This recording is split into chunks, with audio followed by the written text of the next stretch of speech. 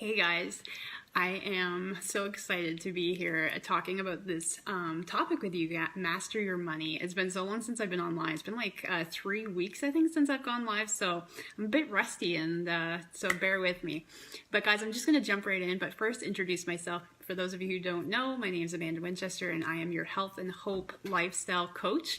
And today this week actually, we're studying mastering your money. And this is something that's very near and dear to my heart because one, for those of you who don't know, I'm not just a health coach. I am actually quite experienced and professionally trained in accounting and finance, business management, and all those key areas. And so it's been kind of one of my passions for over 20 years, and I won't age myself by telling you too much about that.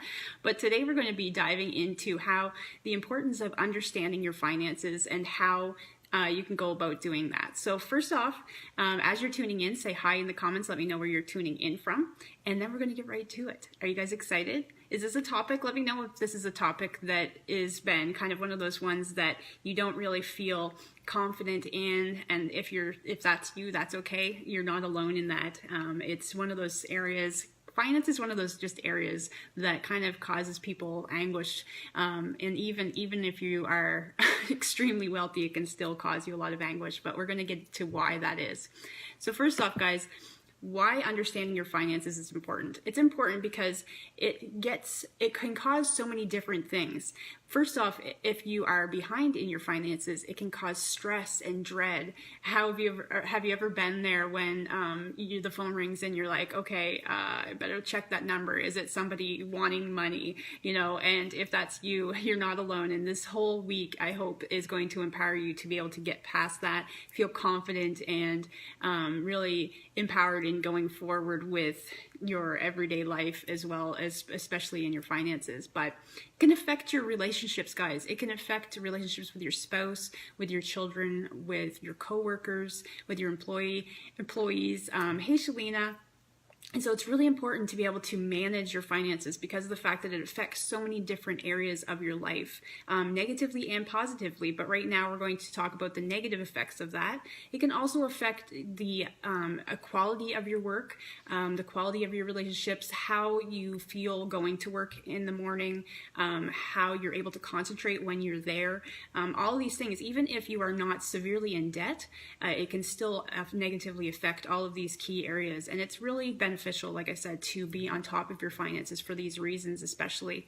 And as things can kind of progress, even if you don't have debts, but you are not really in control of, really understanding where all your money's coming from, how much you're spending and things like that, just even not being in control of that or feeling in control of that can cause you to just have this angst all the time, and it will really affect your health and your well-being, your mindset. It will make it so that you're not sleeping properly, and just all these negative things can happen. So this week, guys, I'm really excited because even if you're not, like I said, in deep debt, my goal this week is to really help you feel empowered when it comes to your finances and be able to breathe easier by the end of the week and feel better and have more joy and peace in your life. So that's the goal going forward. So if you think that it's going to be really intense and you're going to be weighed down with all this homework and stuff like that, you can breathe easy and know that that's not what this week is about. It's about just teaching you the basics, hey Rick,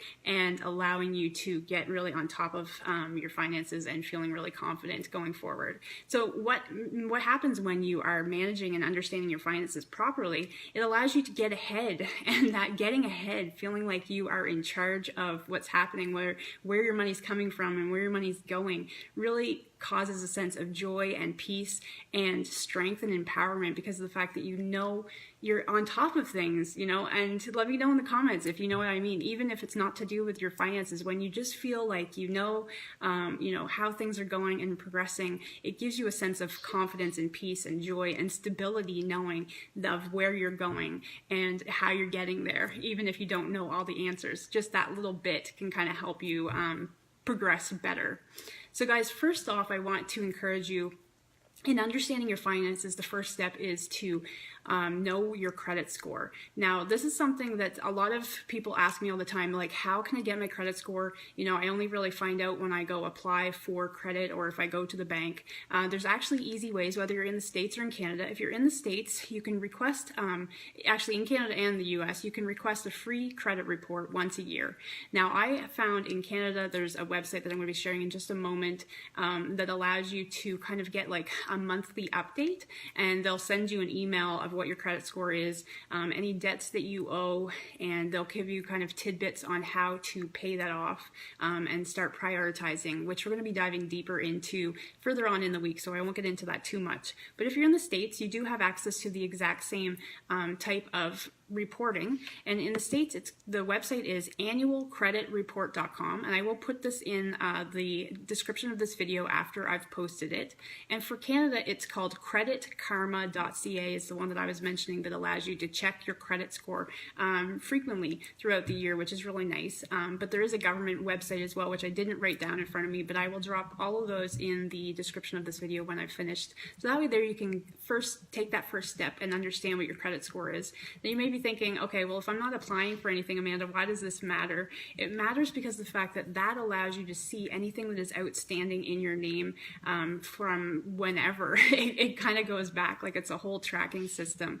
Now, they do say that after 7 years, past debts do drop off. And it's been my experience that that's not always the case. So sometimes it's really nice to have, it is always nice to have this extra little tidbit of insight so that you can contact the companies, because it will list the company names, and then you can find out, you know, like, hey, I paid that off and why is it still showing up, that kind of thing. And so it really gives you an insight into what happens when you do actually go to apply for anything, or if you are just kind of wondering, you know, if there's anything else outstanding in your name. Now, the next step, guys, in understanding your finances is knowing your net worth. And you're like, okay, you know, maybe you're not a really big fan of math, but that's okay. It's a very simple equation. Now, with net worth, it is your total assets, and total assets would be not liquid assets. It can include liquid assets, but your total assets, think of your house, your total bank account, all of your, like your actual cash, your vehicles, maybe you have farming equipment, maybe you have investments, all of those are assets, okay? And so you would take the total of those and you would subtract your total liabilities. So credit card debt, mortgage debt, your payments on your vehicle, the total debt of that remaining, all of those are your total liabilities. So your net worth is your total assets, everything that you own and you have, from everything, you subtract everything that you owe, and that gives you your net worth. So that's the first, hey Christina, that's your first step in understanding your finances. The next one is your home equity. Excuse me, so if you own your own home, your home equity would be the next step in understanding your finances. And that is your current market value based on, you can check that with your local real estate to find out what your home, based on your area and your property, is worth.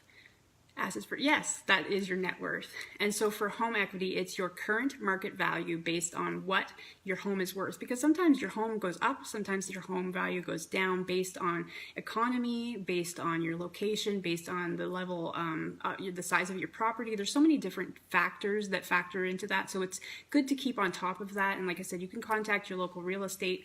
I believe that there is another government agency, but it would vary from Canada to the US, so I don't want to speak too specific about that, just so that everybody tuning in, regardless of where you are, know that you can just contact, like I said, your local real estate, and they'll be able to help you find out what your current market value is for your home. Now, the home equity equation is your current market value minus the remaining balance of your mortgage. So once you subtract your remaining mortgage value from the market value for your home, that's how you understand your home equity. And that's another important key if you are a homeowner too, hey Eva, to understand your finances.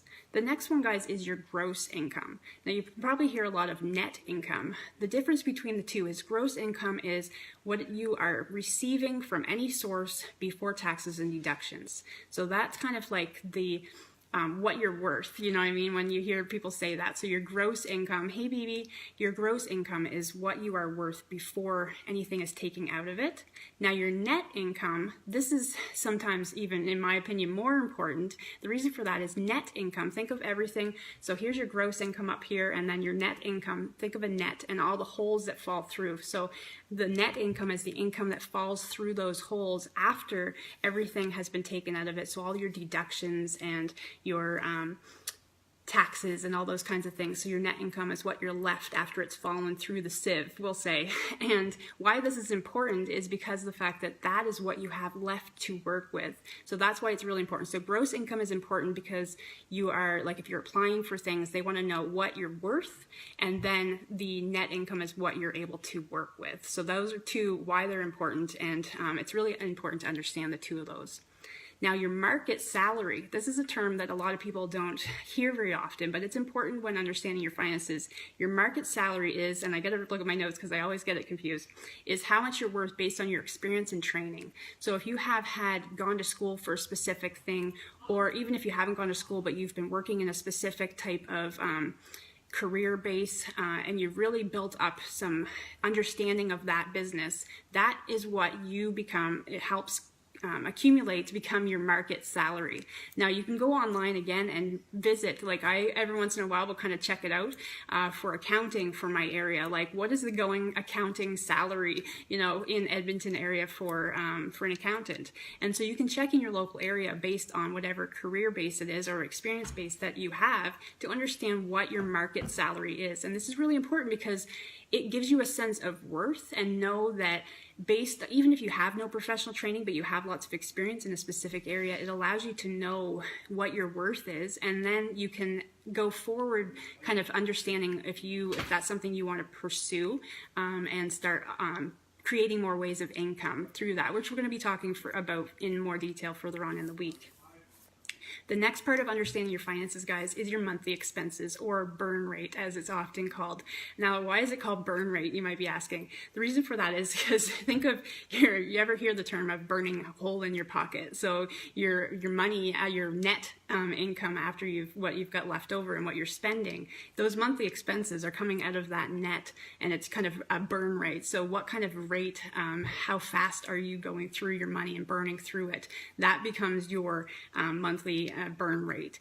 But your monthly expenses could be anything from subscriptions to your rental, your rent or your mortgage payment, your truck payment, car payment, your utilities, your food, your gas, all of those. Anything is a monthly that you pay on a monthly basis is part of your monthly expenses. And it's really important to know that, because sometimes if you're like me and you subscribe to a lot of things, sometimes it's easy to overlook some of these little expenses. Even if it's interest on your bank account, guys, those are still a monthly expense. If you are paying interest on like a credit card or anything like that, or a loan, those are all monthly expenses because they're accumulating every single month that you have to pay. And even if they're taking that money out of your account automatically without you even really noticing, you know, and taking note of that, it's really important to be noticing that.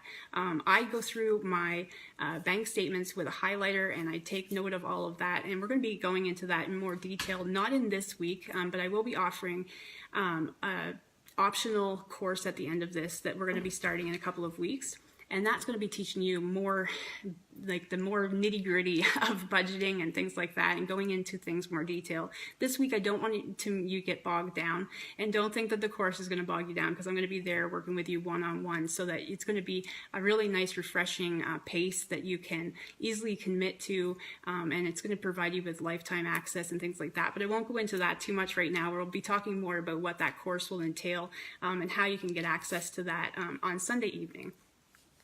So the next, guys, in understanding your finances is your investment balance. Now, if you're not investing, that's okay. We're going to be talking about that later this week as to how you can start those investments and why that's important, and the different ways you can start doing that. Excuse me, but if you are already doing investing, or have in the past, and maybe you haven't for a while, those investments are still kind of sitting there, and it's important to know how much your investments are worth, because again, that's part of that asset that we were talking about in the beginning, to know what your total net worth is, as well as that will help going forward when you're applying for any type of loans or things like that. I am going live, and I hear some of the family coming up, so bear with me if it gets a little bit loud in a moment. The next step, guys, in understanding in studying your finances, rather, is knowing your cash balance. Now, how is your cash balance different? Your cash balance is your actual things like liquid assets. Liquid assets are your actual cash on hand or cash that's available, money that you can pull out of your account.